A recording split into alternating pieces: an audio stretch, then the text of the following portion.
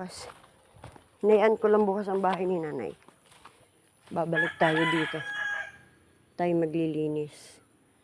Malinis naman pala dito, oh. Nawalisan pala to ni Daisy. Thank you, Daisy.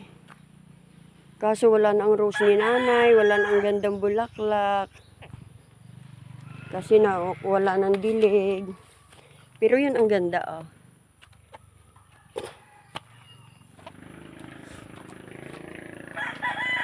Ganda. Dapat ma-maintain tong harapan. Ganito kaganda ang harap.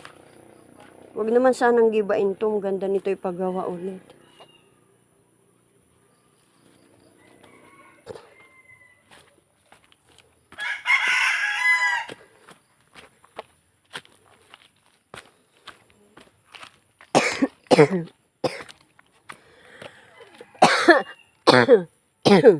Gubat na.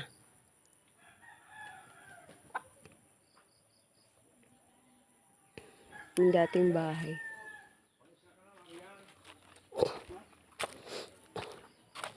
Ba't wala nang...